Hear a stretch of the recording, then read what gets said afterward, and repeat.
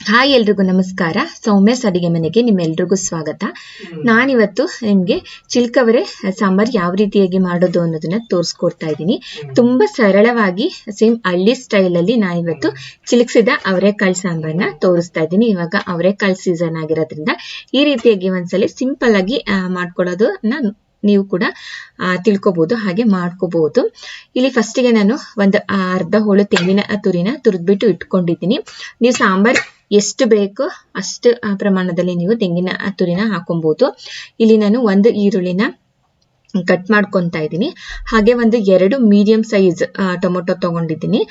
1.5 ಟೊಮೊಟೊನ ನಾನು ರುಬ್ಬಿಸ್ಕೊಳ್ಳೋಕ್ಕೆ ಅಂತ ಹಾಕೊಂತೀನಿ. ಇನ್ನೊಂದು ಅರ್ಧ ಟೊಮೊಟೊ ಹಣ್ಣನ್ನ ಕಾಳನ್ನ ಬೇಯಕ್ಕೆ ಹಾಕೊಳ್ಳುವಾಗ ಸೇರಿಸ್ಕೊಳ್ಳೋಣ ಅಂತ ಹಾಗೆ ಎತ್ತಿಟ್ಕೊಂತಿದ್ದೀನಿ. ದಪ್ಪದಾದ್ರೆ 1 ಟೊಮೊಟೊ ಹಾಕೊಂಡ್ರೆ ಸಾಕಾಗುತ್ತೆ. ಇಲ್ಲಿ ಚಿಕ್ಕದಿದ್ರಿಂದ ನಾನು 1-2 ಟೊಮೊಟೊನ ಸೇರಿಸ್ಕೊತಾ ಇದ್ದೀನಿ. ಈ ತರ ಚಿಲ್ಕವರೆ ಸಾಂಬಾರ್ಗೆ ಮೊಟ್ಟೆನೂ ಕೂಡ ಹಾಕೊಂತಾರೆ, ಹಾಗೆ ಕರ್ಮೀನು ಸಿಗಡಿನೂ ಕೂಡ ಹಾಕೊಂತಾರೆ. ತುಂಬಾನೇ ಚೆನ್ನಾಗಿರುತ್ತೆ. ನಾನಿವತ್ತು ಅದೇನು ಕೂಡ ಸೇರಿಸ್ಕೊಳ್ತಾರೆ ಹಾಗೆ ಡ್ರೈ ಚಿಲ್ಕವರೆ ಸಾಂಬಾರ್ ಮಾಡ್ತಾ ಇದ್ದೀನಿ. ಈ ಚಿಲ್ಕವರೆ ಸಾಂಬಾರ್ಗೆ ಬದನೆಕಾಯಿ ಕೂಡ ಹಾಕೊಂತಾರೆ. ಬದನೆಕಾಯಿ, ಆಲೂಗಡ್ಡೆ ಎಲ್ಲದನ್ನು ಕೂಡ ಹಾಕೊಂತಾರೆ. ವೆರೈಟಿಯಾಗಿ ಮಾಡ್ಕೊಂತಾರೆ ಈಗ ಸೀಸನ್ ಆಗಿರೋದ್ರಿಂದ.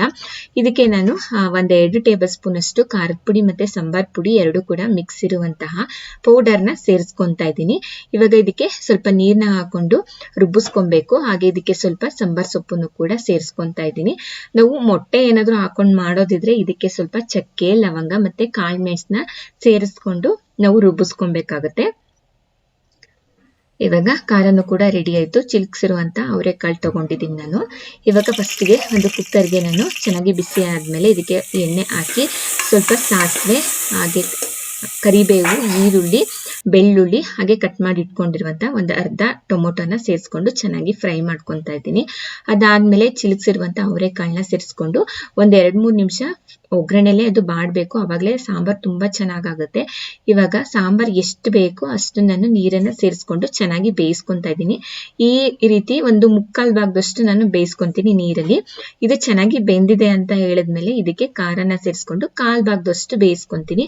ಅಲ್ಲಿಗೆ ಪೂರ್ತಿಯಾಗಿ ಕಾಳು ಬೇಯುತ್ತೆ.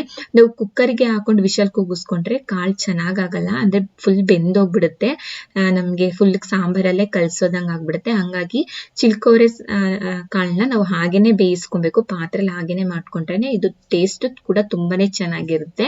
ನೋಡಿ ಕಾಳೆಲ್ಲದು ಕೂಡ ಕಲ್ಸ್ದಂಗೆ ಯಾವ ರೀತಿಯಾಗಿ ಇದೆ ಅಂತ ಹೇಳ್ಬಿಟ್ಟು. ಇವಾಗ ಇದು ಕಾಳು ಚೆನ್ನಾಗಿ ಬೆಂದಿದೆ ಅಂತ ಹೇಳ್ಬಿಟ್ಟು ಒಂದು 10 ನಿಮಿಷದಷ್ಟೊಳಗೆ ಕಾಳು ಬೆಂದೋಗ್ಬಿಡುತ್ತೆ. ನೋಡಿ ಸೂಪರ್ ಆಗಿರುವಂತ ಚಿಲ್ಕವರೆ ಸಾಂಬಾರ್ ರೆಡಿ ಆಗಿದೆ.